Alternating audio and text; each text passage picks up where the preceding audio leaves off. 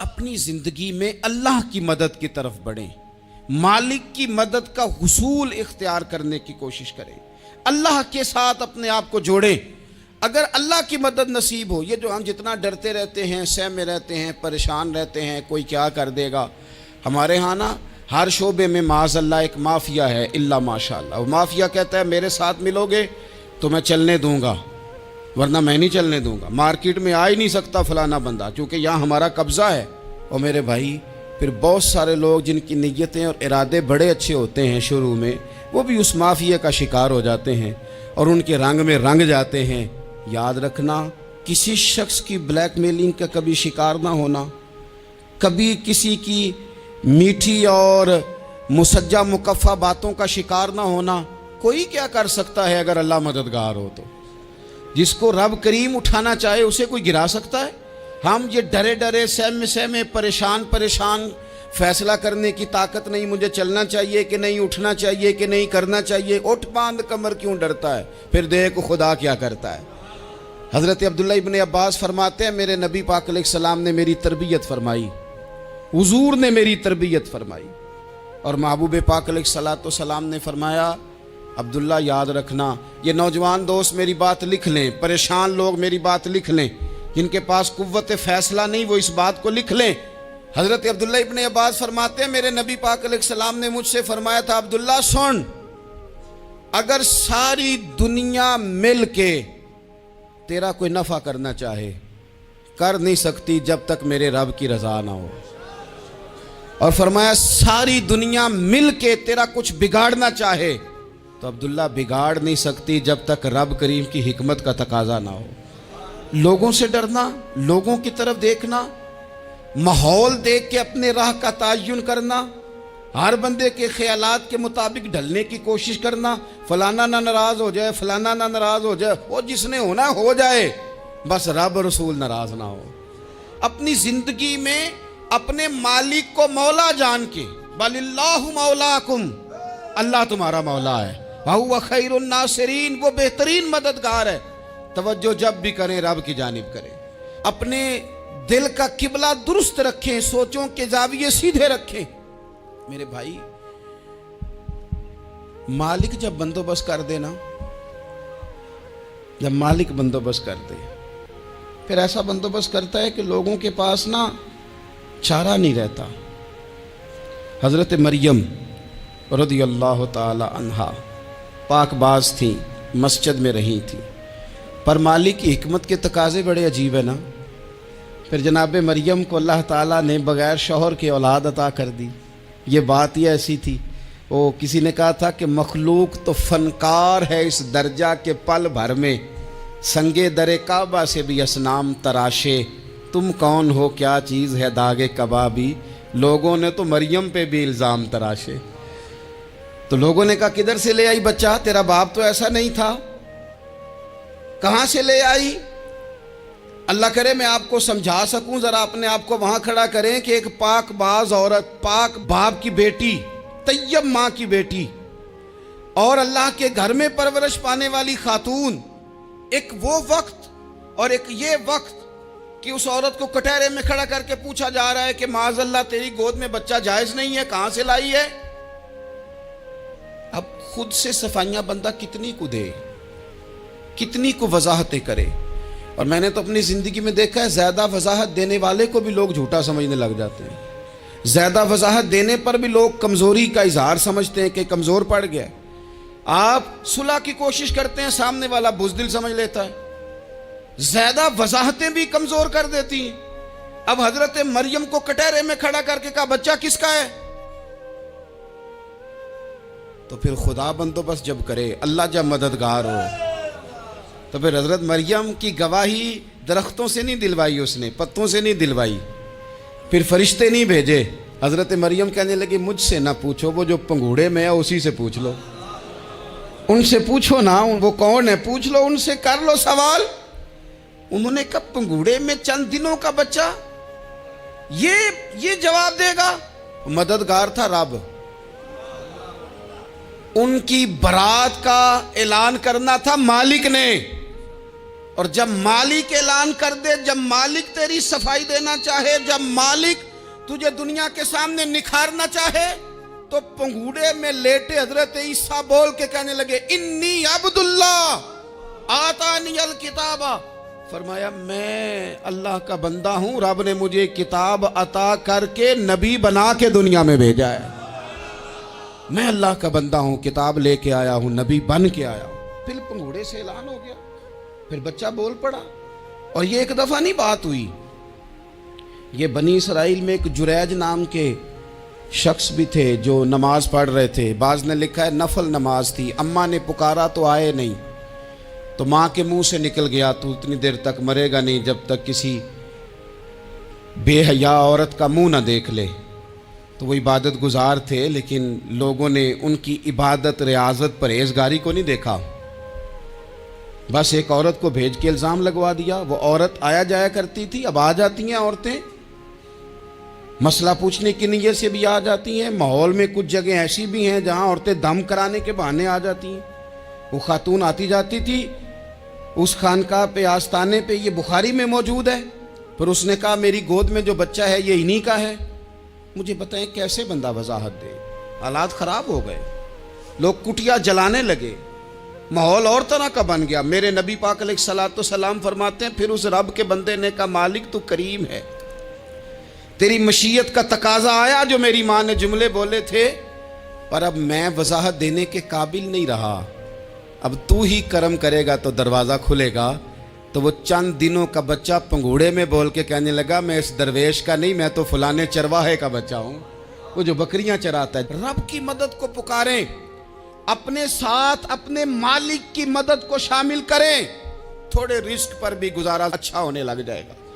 سارے لوگ آپ کو گرانے کی تدبیریں کر رہے ہوں گے اور مالک آپ کو عزتیں عطا فرما دے گا، اس کی بارگاہ سے حکمت کا تقاضا اور ہو جائے گا۔ ہم نے ساری زندگی لوگوں کو راضی کرنے میں گزار دی، ساری زندگی بڑھاپا آ گیا بچوں کو پالتے، اور بچوں نے آخری عمر میں کہہ دیا ابا اگر کوئی ڈھب کا کام کر لیتے تو آج ہمارے دن بھی پھر نہ جاتے۔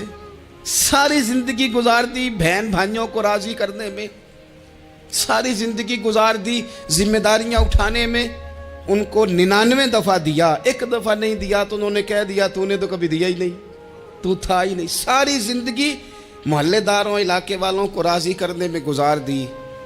اور میں نے ایسے لوگ بھی دیکھے دین کے لیے وقت گزارا، لیکن جب بڑھاپے میں دانت کام نہ کرتے تھے تو وقت کے مفتیوں کو بھی مسجدوں کی کمیٹیوں نے کہہ دیا اب آپ کی سمجھ نہیں آتی، ہم نے خطیب کو یور رکھنا ہے، نہ دیکھو دنیا کی طرف، دنیا رلا دیتی ہے، نہ راضی کرو بندوں کو، بندے تھکا دیتے ہیں، نہ پیچھے بھاگو ہر وقت دنیا داروں کے، یہ انسان کو کمزور کر دیتے ہیں، وہ تو کریم ہی بڑا ہے، 2 آنسو زمین پر بعد میں گرتے ہیں، بندے کے گناہ سارے پہلے معاف فرما دیتا ہے۔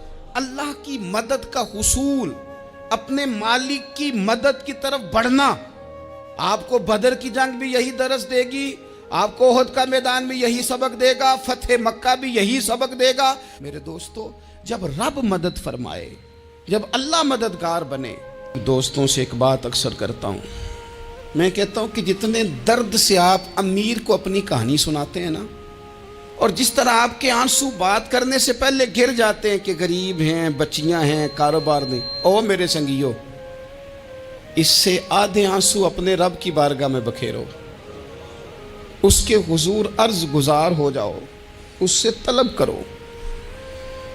ایک وقت انسان پر زندگی میں ایسا آتا ہے کہ اسے یوں محسوس ہوتا ہے کہ میرا سایہ بھی ذرا سا پیچھے ہٹ گیا ہے، اسے یوں لگتا ہے کہ میں کسی سہارے پہ ہاتھ ڈالتا ہوں تو وہ بھاگ جاتا ہے مجھ سے، لیکن مالک کی بارگاہ ایسی عظیم بارگاہ ہے، رب رسول کے آستانے اتنے بڑے ہیں کہ آپ جب وہاں کشکول طلب دراز کرتے ہیں تو جھولی پھیلانے میں دیر لگتی ہے، ان کو بھرنے میں تو کوئی دیر نہیں لگتی۔ ہم نے اپنا سوچ کا قبلہ ہی دنیا کو بنا لیا ہے۔ یہ جو اللہ والوں کی مدد ہے یہ تو ہے نہیں، اللہ ہی کی مدد ہے، لیکن یہ جو سیٹھوں کی طرف توجہ کرنا، نوابوں کی طرف توجہ کرنا، دنیا داروں کی طرف توجہ کرنا، اور اپنا مزاج اس طرح کا بنا لینا، یارو